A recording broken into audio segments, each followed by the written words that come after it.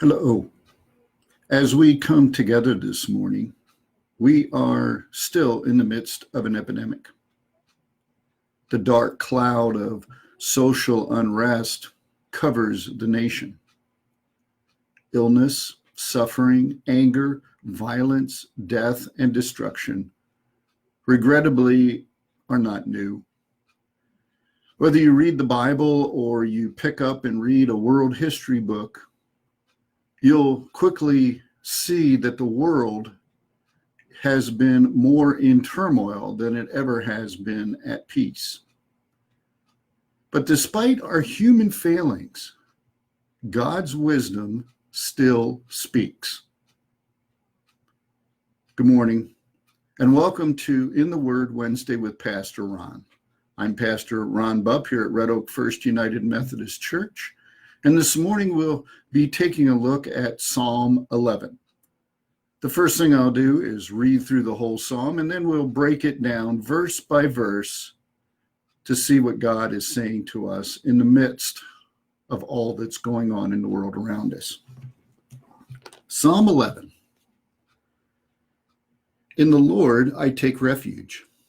How then can you say to me, flee like a bird to your mountain?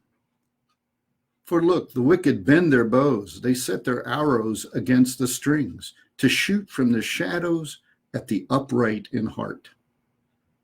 When the foundations are being destroyed, what can the righteous do?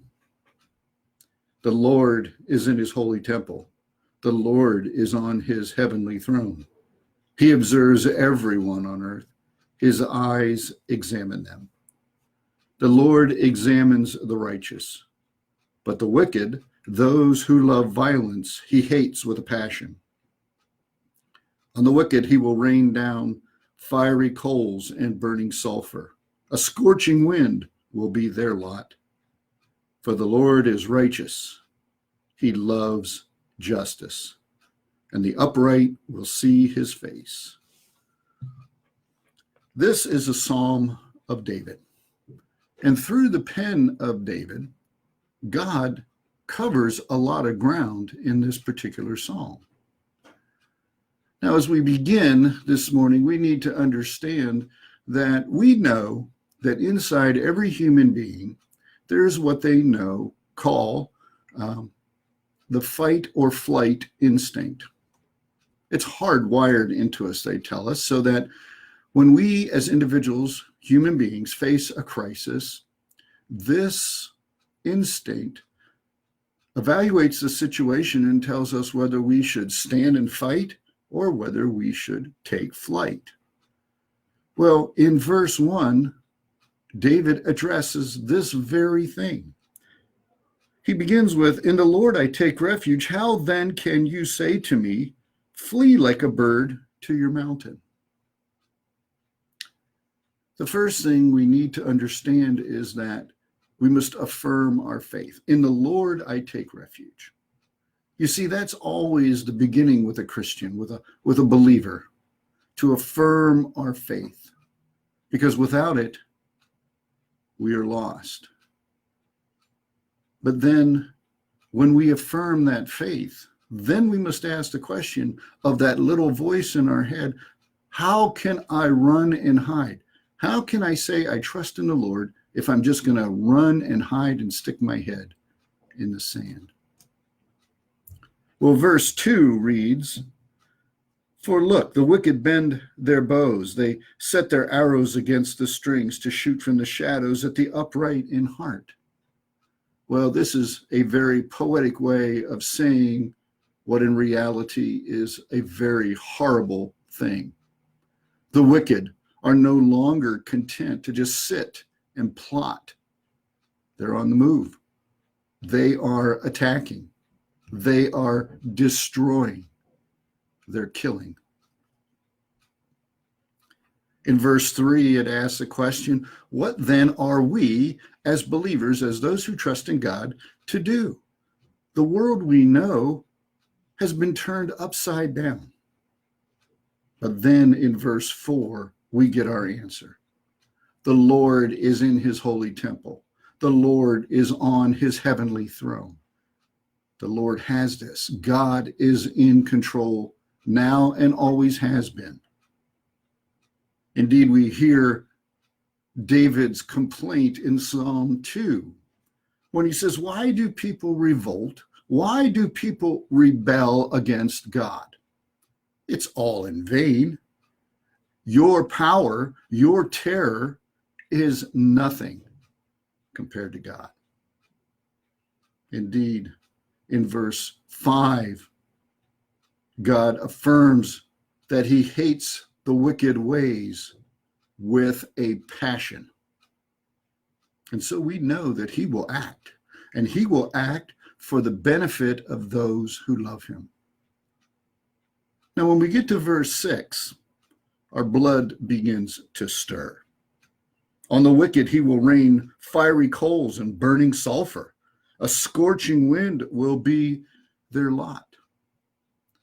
In the light of violence and destruction in the streets, the threats of our government and elected officials seem right and appropriate and get us all worked up. Of course, we know that God uses people to attain his will. He works through people. So we might be very tempted to shout out, go get them. Of course, we don't have to look very far in the Bible to find where God uses power. He uses military might to perform in just causes. But friends, we would be very foolish to presume that we know God's mind. You see, at the very beginning, we affirm our faith. And we affirm our faith, our trust in God. Then we know that God will deliver us. But God will deliver us when and how God chooses. In verse 7, he affirms this. For the Lord is righteous. He loves justice. The upright will see his face. This is an affirmation, but it's also a question. Are you righteous? Are you just? Are you upright according to God's law? God will prevail.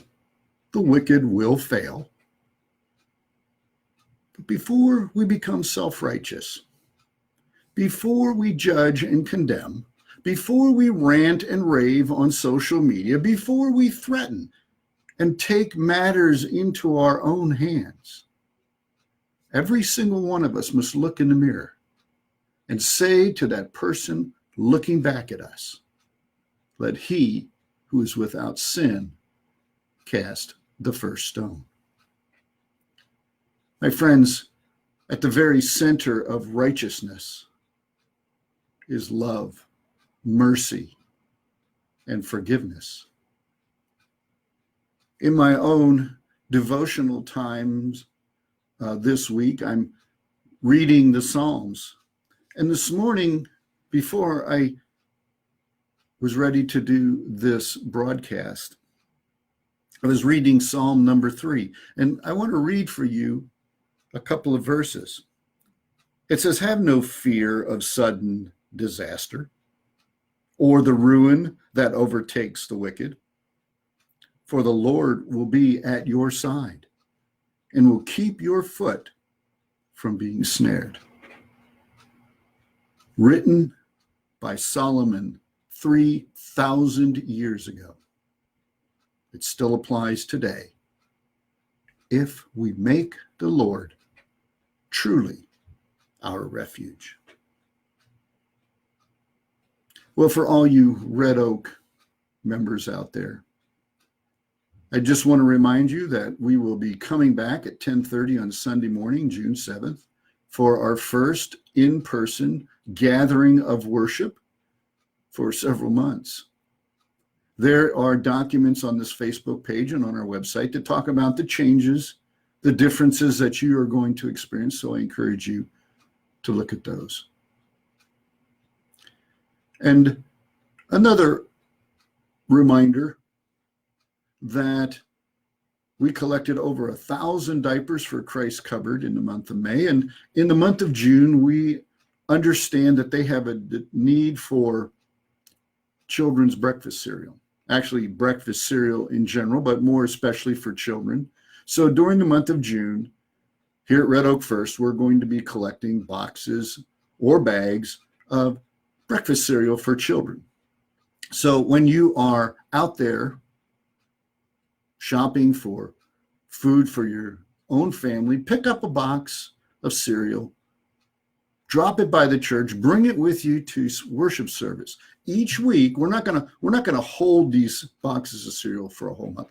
Each week, we're gonna bless them on the altar, pray over them for the people that will be receiving them, and then that week we will be delivering them to Christ's Cupboard so that that necessary food can get into the hands of the children that need it. And we'll be doing that all month long. Well, for now, may the Lord bless you and your family and keep you and your family safe and healthy. Goodbye for now.